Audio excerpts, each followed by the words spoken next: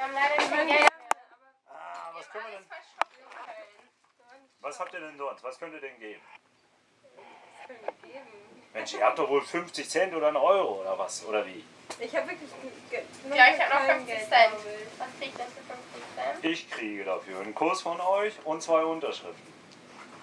Und dafür muss ich 50 Cent zahlen. Ja, und ihr kriegt natürlich ein Getränk, weil ihr jetzt wirklich aus dem Urlaub kommt, wahrscheinlich unter 18 seid, oder? Nee.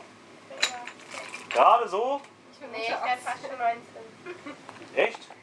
Das liegt wahrscheinlich an der Brille. Sowas möchte er denn haben hier. Kirsch Oh ja. Ich möchte Feiglinge oder so. haben wir auch. Feigling auch?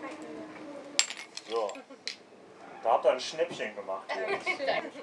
So. Unterschrift, was ihr wollt, Telefonnummern sind willkommen. Wohin denn? Ja, wo ihr wollt. Sagt mir Bescheid, wohin ihr wollt. Hello.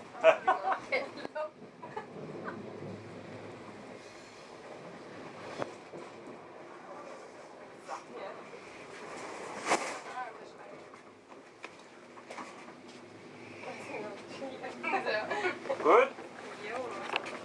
Am besten wartet nochmal, wenn wir gleich hochgehen, in einer Minute oder was, dann trinkt ihr den bei unserer Gruppe, ja? Ja.